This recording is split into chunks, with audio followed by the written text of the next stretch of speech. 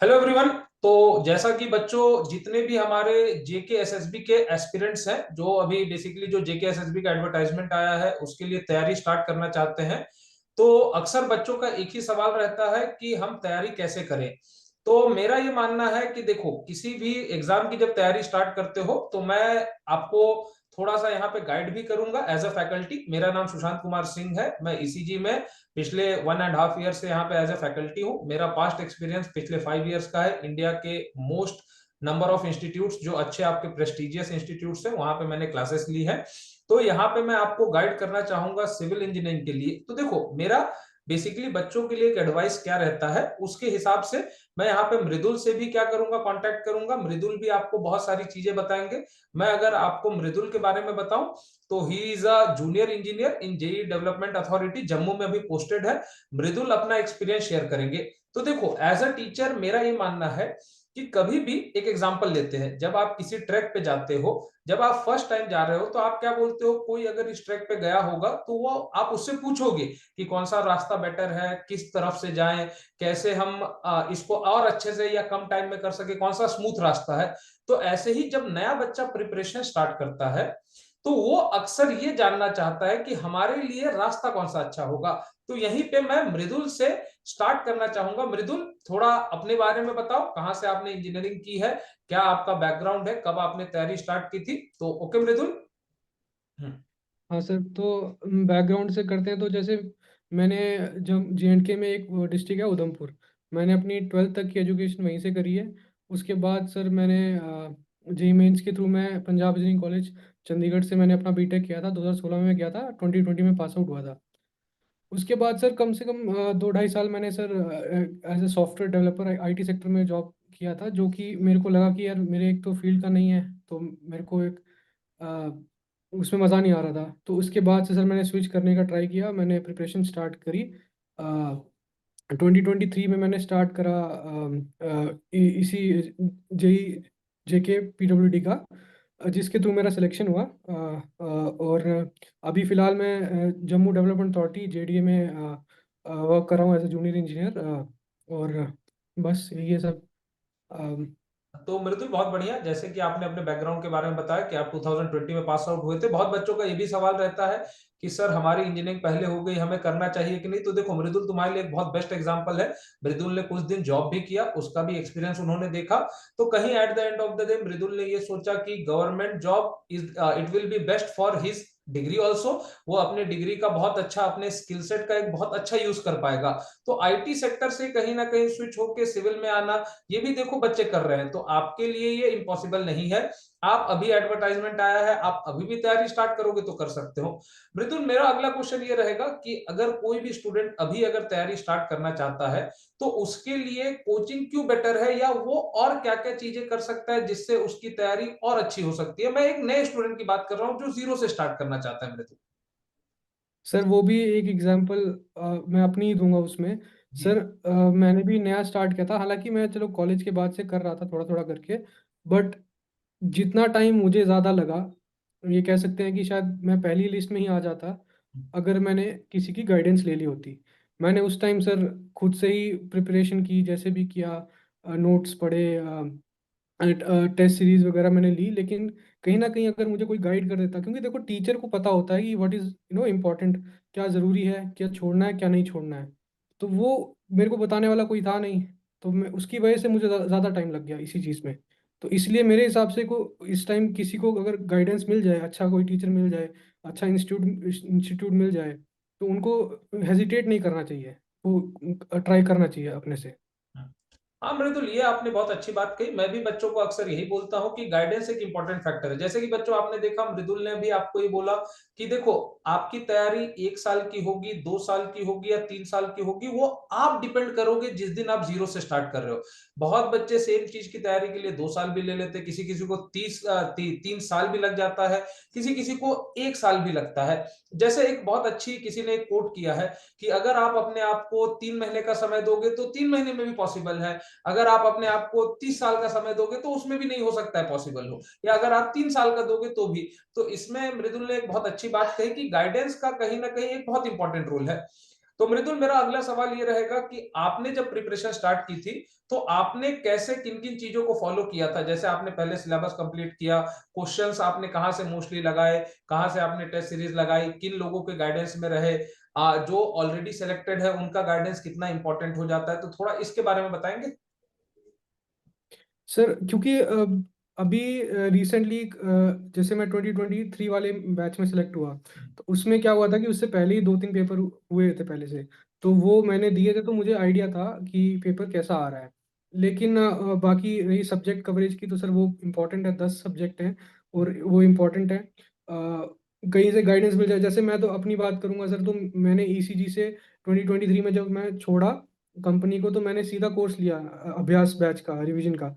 तो मैं कहूँगा सर, मेरी जो तैयारी को जो है स्ट्रीमलाइन जिसने किया था सर, वो ईसीजी था। क्योंकि मेरे पास देखो नोट्स थे, लेकिन एक एक होता ना सर, मैं एक हैबिट में आया वापस पढ़ने की सर, क्योंकि मैं तो छोड़ चुका था ना सर, मैं जब जॉब में था मेरे पास टाइम ही नहीं होता था। तो मेरे को सुबह एक क्लास लगनी, एक शाम को क्लास लगनी। उस हिसाब से मैंने उनके साथ शॉर्ट नोट्स प्रिपेयर करे अपने। और बाकी प्रैक्टिस के लिए तो मैंने आपकी जो एक आपने उस टाइम एक पीवाई की कोई बुक निकाली थी सर, जिसमें जेके एसएसबी के सारे क्वेश्चन से प्रीवियस के। मैंने वो अभी भी अगर मेरे आईपैड में पड़ी होगी तो मार्क्ड है पूरी की पूरी, मैंने सारी सॉल्व करी थी वो। फिर उसके बाद इसका नाम जो टेस्ट सीरीज आपने एक ग्रैंड टेस्ट सीरीज निकाली थी, टेस्ट। 5 पेपर हुए थे सर। हाँ सर, वो मैंने 5 के 5 दिए थे। और मैं मतलब अभी भी सोचता हूँ कि अगर वो टेस्ट सीरीज मैंने नहीं दी होती तो मे बी शायद मैं लिस्ट में नहीं आ पाता। क्योंकि सर एक तो क्वेश्चन मतलब मैक्सिमम ऐसा नहीं कहूँगा रिपीट हुए थे, मतलब डेटा चेंज कर दिया था लेकिन कॉन्सेप्ट वही रहे थे। और साथ में ये था कि जो नंबर मेरे उन टेस्ट सीरीज में आ रहे थे ना, आस्ता आस्ता इंप्रूव ही होते, पर लास्ट के जो 2-3 जो एवरेज निकालेंगे, मेरा मार्क्स भी उतने ही आए हैं पेपर में।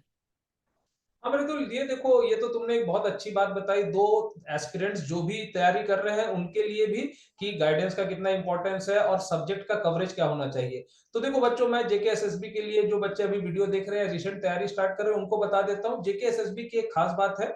पेपर जो है, पिछली बार जो लास्ट टाइम हुआ था, वो प्योर टेक्निकल पेपर था। प्योर टेक्निकल पेपर था इन द सेंस 120 मार्क्स का पेपर था। और सबसे अच्छी बात है, मोस्टली हर जगह पे ये डिसाइडेड नहीं होता है कौन सा सब्जेक्ट कितने मार्क्स का आएगा। बट जेके एसएसबी में ये भी काम बहुत अच्छा हुआ था कि हर सब्जेक्ट का मार्क्स डिसाइडेड था। इसका मतलब अगर आप कोई सब्जेक्ट छोड़ना चाहो, तो आप ये मान के चलो आपके उतने मार्क्स चले गए, आपके उतने मार्क्स चले गए। अगर आप कोई सब्जेक्ट पूरा पढ़ोगे तो आप ये मान के चलो उतने मार्क्स आ गए। तो जैसा कि मृदुल ने आपको बताया कि सिलेबस कवरेज एक सबसे बड़ी चीज है, मैं भी अक्सर बोलता हूं बच्चों को एक बार पूरा सिलेबस कवर कीजिए। साथ में मृदुल ने आपको ये भी बताया कि शॉर्ट नोट्स कितने इंपॉर्टेंट है।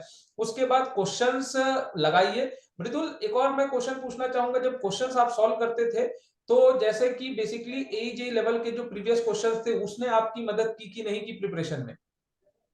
सर आपसे ही मेरी बात हुई थी, मेरे को याद है।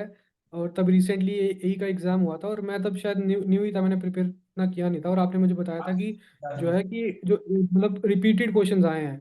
तो फिर वहां से मुझे पता लगा कि यार कि पीवाई क्यूज की इतनी इंपॉर्टेंस है। तो मैंने बहुत मतलब मैंने फिर जेई के लिए तो मैं इनफैक्ट जेई के तो मैंने पुराने अपने जेके एसएसबी के ही किए, लेकिन एई के जितने भी होते हैं ना पुराने, हाँ, जैसे बहुत सारे कंपाइलेशन आता है। मिल जाएंगे, बहुत सारे पेपर, बहुत सारे अलग अलग सोर्सेस से क्वेश्चंस मिल जाते हैं हाँ, हमें, यही के प्रीवियस तो क्वेश्चन।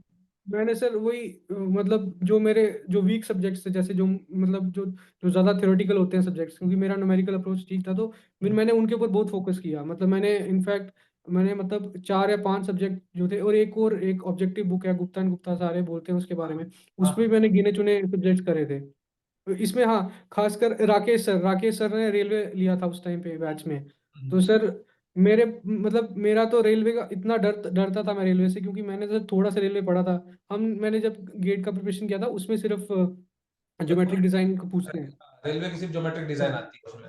हाँ, तो मेरे को वही आता था GV² 127 R, और कुछ नहीं पता था मेरे को। अक्सर बच्चे वही पढ़ के जाते हैं।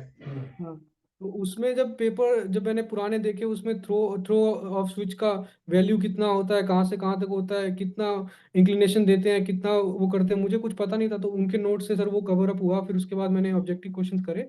और हाँ, मेरी एक एडवाइस अगर कोई लेगा तो वो ये है कि सर जितना टाइम बाउंड मैनर में आप जितनी प्रैक्टिस कर सकते हो क्वेश्चंस की, वो कम है। क्योंकि अल्टीमेटली जितनी आपकी प्रैक्टिस होगी, उतने चांसेस हाई होंगे आपके सिलेक्शन के। तो जैसा कि देखो बच्चों, आपको मृदुल ने बताया कि दो चीजें, एक तो टाइम बाउंड और दूसरा कि जो सिलेबस में पढ़ाने का जो पॉइंट होता है वो सबसे बड़ी बात। देखो होता क्या है, आपको पढ़ाएंगे सब लोग, बात होती है पॉइंट टू पॉइंट चीजें, और जितनी आपके एग्जाम की रेलेवेंट हो। देखो मैंने पहले भी बोला है, अगर आप 120 मार्क्स का पेपर दे रहे हो, मोस्टली चांस है आपको 120 ना आए। आपका टारगेट 100 होना चाहिए, क्योंकि इंडिया में अगर आप 80% ले आते हो, you will qualify any exam, उससे ज्यादा कट ऑफ नहीं जाएगा। तो मोस्टली आपका टारगेट है कि हमें अगर जेई की तैयारी करनी है, तो जेई लेवल का अप्रोच रखना बहुत जरूरी है। जैसा कि मृदुल ने आपको बताया, मृदुल का बेसिक अप्रोच था कि मैं पीवाईक्यू सारे लगा लूं जो एई लेवल के हैं, अलग अलग सोर्सेज से आपको पीवाईक्यूज मिल जाएंगे। जेके एसएसबी के पीवाईक्यूज जो हमारे अवेलेबल है यहाँ पे, वो भी अगर आप लगाओगे तो सारे के सारे क्वेश्चन कवर हो जाएंगे। जो पिछले 2021 में 10 शिफ्ट के पेपर हुए थे, वो सारे क्वेश्चन उसमें पीवाईक्यू अवेलेबल है। और एक खास बात मैं आपको बताऊं मृदुल, ये बताना, जो फैक्चुअल क्वेश्चन होते हैं बच्चे अक्सर वहां गलती करते हैं। जैसे मैं एक एग्जांपल लेता हूं मृदुल, जेकेएसएसबी में क्वेश्चन आया कि सेडिमेंटेशन टैंक का डिटेंशन टाइम क्या होता है। अब ये फैक्चुअल क्वेश्चन का कितना इंपॉर्टेंस हो जाता है, थोड़ा सा जरा सा इलेबोरेट करना मृदुल एक बार, बच्चों को ये पता चले कि क्यों हमें ये डाटा याद रखने हैं। बच्चे अक्सर पूछते हैं सर, मैं जब लिखा देता हूं, बच्चे पूछते हैं सर याद रखना है क्या। मैं तुमसे पूछना चाहूंगा मृदुल, क्यों याद रखें। देखो, अगर अब मैं अपनी अगर बात करूँ तो सीधी सी बात है, आपने भी पढ़ाया था। जो आपने आपने बोला ना कि वो जो बच्चे पूछते हैं कि सर ये याद रखना है, तो मैं भी उसी कैटेगरी में था एक टाइम पे सर। तो मैं उसी कैटेगरी में था, इसलिए मेरे को 2-3 बार देना पड़ गया एग्जाम। अगर मैं एक ही बार याद करके जाता ना, तो मेरे को शायद मैं पहले में ही हो जाता। बात वही होती है सर, पता है क्या, देखो अब तो वैसी वैकेंसीज जो है, इसके बाद मतलब ये गोल्डन चांस है सर। बड़ा इसके बड़ा। बाद बहुत कम चांसेस हैं, ठीक है। और उसकी वजह से ये होगा कि जितना आप अपना अपना मतलब होता है ना कि छोड़ना कुछ नहीं है, मतलब आप जितना कर सकते हो करके जाओ, क्योंकि अब सर कंपटीशन वैसे ही बहुत हाई है, और जहां आपने छोड़ा आप वैसे ही पीछे हो जाओगे सर। तो क्योंकि ये चीजें तो फैक्चुअल क्वेश्चन बहुत इंपॉर्टेंट है सर, क्योंकि ये और असली में यही जो होते हैं जो आपका मेरिट डिसाइड करते हैं। बाकी जो कॉन्सेप्चुअल क्वेश्चन होते हैं, आजकल सबके पास नोट्स अवेलेबल हैं, सबके पास वो गाइडेंस मतलब ऑलमोस्ट मिल ही जाता है। रेयर रेयर होता है वो बस। वो कवर अप कर लेते हैं। लेकिन ये चीज जो आपका मेरिट बनाएगी, यहाँ पे नहीं पता होगा तो फिर मुश्किल हो जाता है सर। हाँ मृदुल, ये बात बहुत अच्छी कि मैं बच्चों को अक्सर बोलता हूँ कि फैक्चुअल क्वेश्चन में गलती नहीं होनी चाहिए, क्योंकि यहाँ पे कंफ्यूजन का सवाल नहीं, या तो एक मार्क या तो गलत। वो हो सकता है कॉन्सेप्चुअल क्वेश्चन में कहीं गलत हो जाए, एक आध आपने स्टेटमेंट नहीं पढ़ा, पॉसिबिलिटी। बट फैक्चुअल क्वेश्चन की गलती मतलब सिलेक्शन आपका खत्म करना, क्योंकि कॉन्सेप्चुअल क्वेश्चन में बहुत सारे बच्चे गलती करेंगे, तो हमारा बचाव ही फैक्चुअल क्वेश्चन है। ये चीज पे बहुत ध्यान रखना जरूरी है। तो नेक्स्ट क्वेश्चन मृदुल मैं ये आऊंगा, टेस्ट सीरीज का क्या रोल होता है बच्चों के सिलेक्शन के लिए। मैं ये इस पे कुछ आपसे इनपुट लेना चाहूंगा कि टेस्ट सीरीज क्यों लगानी चाहिए। बच्चे अक्सर क्या करते हैं, बोलते हैं सर मैं पढ़ रहा हूँ 2 बार रिवाइज करूंगा 3 बार। क्या एक बार अगर आपने पढ़ा, एक बार रिवीजन हो गई, तो क्या हम टेस्ट सीरीज शुरू कर सकते हैं।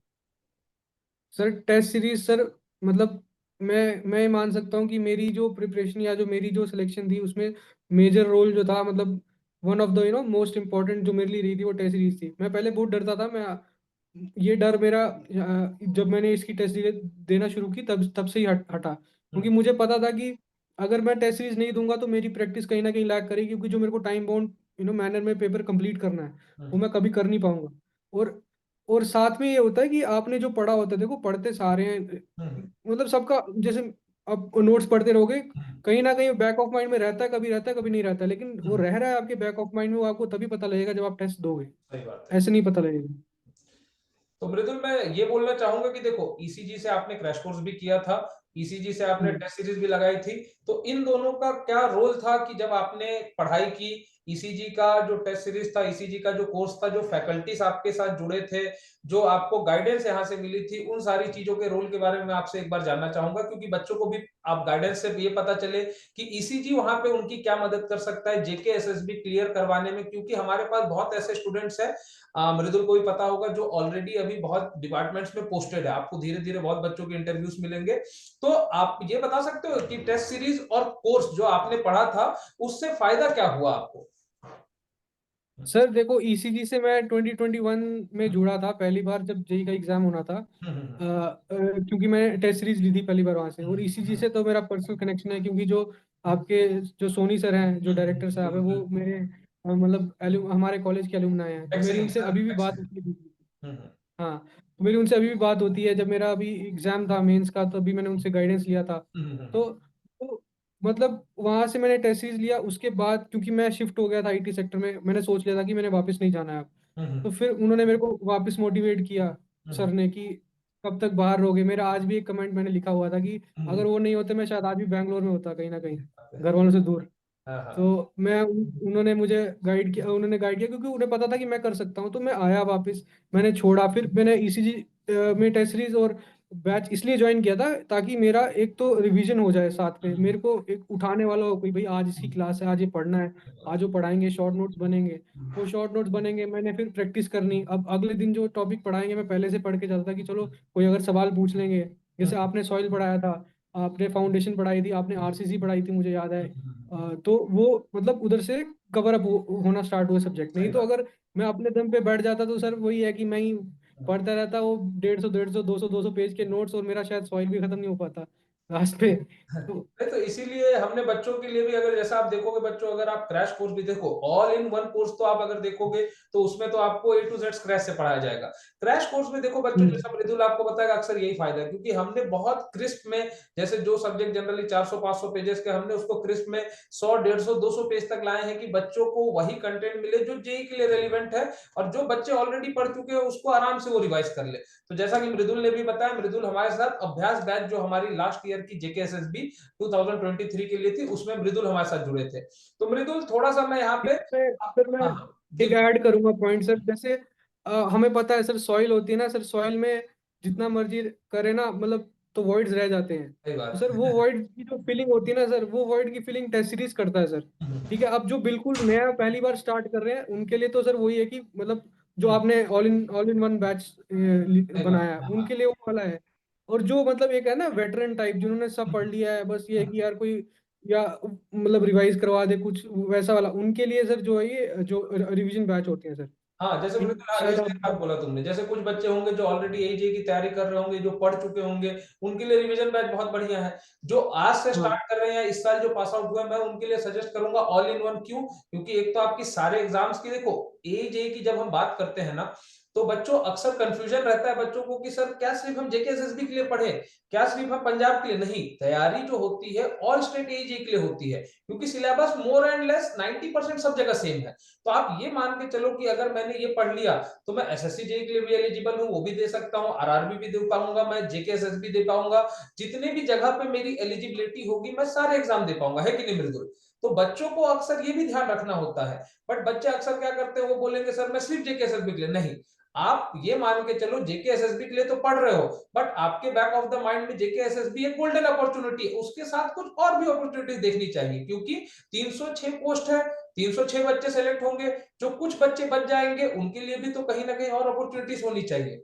तो मृदुल, मैं आपसे एक और क्वेश्चन पूछना चाहूंगा, अभी जहां पे आप पोस्टेड हो वहां पे आपका वर्क कैसा है, कितने टाइम से क्या ऑफिस रहती है, और क्या आपको वहां पे स्किल्स को ग्रो करने की क्या गवर्नमेंट में अपॉर्चुनिटीज है, ये भी बताइए, क्योंकि बच्चों के लिए वो एक मोटिवेशन होगा क्यों हमें ये जॉब ज्वाइन करनी चाहिए। बहुत सारी चीजों पे तो नहीं आऊंगा कि क्या आपके पर्क्स है, ये सब वो सारी चीजें जनरली बच्चों आपको मिल जाएगा।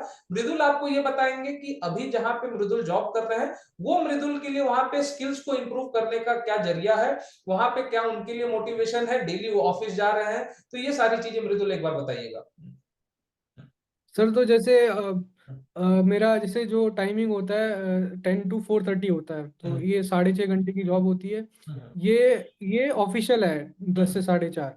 हम्म, कभी कभी ऐसा होता है कि हमें एक्स्ट्रा भी बैठना पड़ता है, जैसे हम्म, काम होता है, सही जैसे कहीं बात। मान लो कि जैसे रोड में मैग्डमाइज हो रही है, तो हम्म, हमें वहां पे जाके देखना पड़ता है कभी कभी कि भाई कि कहीं गलत तो नहीं कर रहे हैं, या बराबर रख रहे हैं कि नहीं, रेशो सही रख रहे हैं कि नहीं रख रहे हैं। हम्म, फिर कभी कभी ऐसा होता है कि हम पूरे दिन साइट पे होते हैं। मतलब हम्म, ऐसा वो हार्ड एंड फास्ट वो नहीं है कि आपने 10 से 4:30, वो कहते हैं जैसे 9 to 5 जॉब होती है कि उस टाइम हम्म, से जाना है, उस टाइम वापस आना है। सही बात है। इसमें ऐसा नहीं है।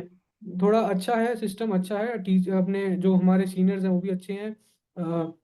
ग्रोथ का पूरा मौका मिलता है सर, वहाँ पे नई नई चीज़ें सीख रहे हैं सर। मैंने तो आईटी सेक्टर में काम किया था, मैं तो मतलब काफ़ी जो मैंने डिजिटल नॉलेज लिया था, जो मैंने कंप्यूटर का नॉलेज लिया था, वो मैं इधर जाके यूज़ करता हूँ। हम्म, कोई भी जैसे एस्टिमेट वगैरह बनाना होता है, अब लोग क्या करते हैं हाथ से लिख के बनाते हैं, मैं हम्म, सारा उसको एक्सेल में करता हूँ। सही बात है। फिर ऑटो कैड भी मैंने इधर ही आके मतलब कॉलेज में सीखा था एक बार, अब यहाँ आके यूज़ कर रहा हूँ। तो नो मतलब एक अच्छा फील आ रहा है। और ऊपर से जो भी हम बिल्डिंग बना रहे हैं, जो भी रोड्स बना रहे हैं, या जो भी हम काम कर रहे हैं, लेन्स कर रहे हैं, ड्रेन्स कर रहे हैं, टाइल्स लगवा रहे हैं, मतलब जो भी हम सब कर रहे हैं sir, it's for the public, ये पब्लिक के लिए है। और सर जब हम जाते हैं वहां पे, लोग हमें देखते हैं काम करते हुए, तो सर उनको भी लगता है कि देखो हमारे लिए कर रहे हैं जो भी कर रहे हैं। और एक बात की मोटिवेशन की बात बता देता हूँ, ठीक है। ये जॉब वगैरह तो सर चलती रहेगी, लेकिन जिस दिन आपका लिस्ट में नाम आता है सर, उस दिन आप अपने घर सही। वालों की शक्ल देखना, आपको सब समझ आ जाएगा कि किस ये लिए तो सही करना है। बात, ये तो देखो बच्चों, मोटिवेशन की तो इन्होंने बहुत अच्छी मृदुल ने बोली, आपके फैमिली के लिए, खासकर आपके लिए और सोसाइटी में ये आपको एक बहुत ही रिस्पेक्टेड पोजीशन पे ले जाएगा। दूसरी चीज है, आपको हमेशा एक मोटिवेशन रहेगी, एक प्राउड रहेगी कि मैं अपने सोसाइटी को सर्व कर रहा हूँ। सिविल इंजीनियरिंग वो ब्रांच है जहां पे आप पब्लिक से रिलेटेड काम करोगे, आप सोसाइटी को सर्व करोगे।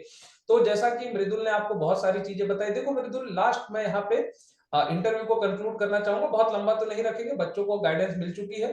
तो एक अगर मैं लास्ट में बिल्कुल कंक्लूड करूं, तो बच्चों को एक लास्ट क्या सजेशन देना चाहोगे, जो प्रिपरेशन जेकेएसएसबी जो नेक्स्ट एग्जाम के लिए 306 पोस्ट के लिए कर रहे हैं, उनके लिए कोई ऐसा सजेशन कि जिससे इस बार उनका एग्जाम क्लियर हो जाए, और उसके बाद फिर हम इस चीज को कंक्लूड करेंगे। हाँ। सर मेरे तरफ से जो बेस्ट सजेशन, जो मैं पहले भी काफी बार हम्म, एम्फेसाइज कर चुका हूँ इस इंटरव्यू में, मैं यही कहूंगा कि यार आप जितनी प्रैक्टिस कर सकते हैं कर लें, क्योंकि ये क्वेश्चन देखो, जो पेपर है ना वो एमसीक्यू का है सर। 120 ही सवाल आएंगे। जितनी आपने प्रैक्टिस वैरायटी आपने सॉल्व करी होगी, अ, उतना आपको फायदा है। तो ये मैं ये नहीं कहूंगा कि आप सिर्फ क्या कहते हैं क्वेश्चन ही सॉल्व करते रह जाएं, देखो, क्योंकि अगर आपको कॉन्सेप्ट नहीं पता होंगे तो आप सिर्फ क्वेश्चन याद करेंगे, और ये इसकी प्रोबेबिलिटी बहुत कम है कि आपको वो क्वेश्चन उस दिन याद रहेंगे, और वो क्वेश्चन जो आपने याद किए होंगे वो आएंगे। कॉन्सेप्ट्स तो करें करें, प्रैक्टिस भी करें। और टेस्ट सीरीज तो सर मस्ट है, टेस्ट सीरीज देनी ही देनी है, क्योंकि अगर आप टेस्ट सीरीज नहीं देंगे तो कहीं ना कहीं आप अपनी प्रिपरेशन के साथ जो है आप धोखा कर रहे हैं मेरे हिसाब से तो, क्योंकि मैंने किया है मुझे पता है। मैं बता रहा हूँ सर, मेरा कॉन्सेप्चुअल क्लैरिटी बहुत अच्छी थी, लेकिन कहीं ना कहीं मेरी प्रैक्टिस में कमी थी, और मेरा डर था टेस्ट सीरीज को लेके, इसी वजह से मैं पहले अटेम्प्ट में आधे नंबर से रह गया, दूसरे अटेम्प्ट में चलो पेपर ही कैंसिल हो गया, कहीं ना कहीं मतलब मैं लैग कर रहा था। पर ठीक है सर, मतलब मैं ये बोलता हूँ कि चलो मैं अपनी गलती से सीखा, और ईसीजी ने काफी सपोर्ट किया सर मेरे को। देखिए मैं बच्चों, तो आज भी। सही बात है मृदुल, ये तो बहुत अच्छा बोला, अक्सर लोग गलतियों से सीखते हैं। मैं बच्चों को एक ही चीज अक्सर बोलता हूँ, practice make man perfect, no one is born talent. सीधी बात है, बच्चे अक्सर बोलते हैं सर हमारा पास टैलेंट नहीं है, वो बच्चा तो नहीं, ऐसा नहीं है। प्रैक्टिस आपको बहुत हमेशा परफेक्ट बनाएगी, आप अपने पे हमेशा काम कीजिए। जैसे मृदुल तो आईटी से यहाँ पे आके, आप आईटी से यहाँ पे आके मृदुल ने जेई की पोस्ट ली, आप तो ऑलरेडी अभी सिविल इंजीनियर हो, रिसेंट में आपने पढ़ा है, तो आपके लिए तो अभी पोस्ट लेना बहुत आसान होगा। तो बच्चों, अक्सर मेरा यही सजेशन रहता है, मृदुल ने भी आपको जैसा कि सजेस्ट किया, सारी चीजें गाइड की, तो जेकेएसएसबी जो आपके पास नेक्स्ट एग्जाम है जेई का 306 पोस्ट का, वो आपके लिए एक बहुत मोटिवेशन होना चाहिए। वो मोटिवेशन के साथ साथ आपको प्रिपरेशन कैसे करना है, इसके लिए हमारे चैनल पे बहुत सारे वीडियोस है, यहाँ मृदुल ने भी आपको गाइड किया कि ईसीजी आपकी किस तरीके से मदद कर सकता है। तो मृदुल, फिर इसके साथ हम लोग कंक्लूड करना चाहेंगे। ECG is very very thankful कि आप आए, हमारे बच्चों को आपने गाइड किया। ऐसे ही आप हमारे बच्चों को गाइड करते रहिए, इन फ्यूचर भी हम लोग कुछ और आपसे गाइडेंस बच्चों को दिलवाएंगे कि और बच्चे आप अपने तैयारी के फेज के बीच में क्या बात कर सकते हो, क्या आप सजेस्ट ले सकते हो, है कि नहीं बच्चों, ठीक है। तो यहाँ पे हम इंटरव्यू को एंड करना चाहेंगे। Thank you Mridul. Okay, bye. Thank you sir. Bye sir.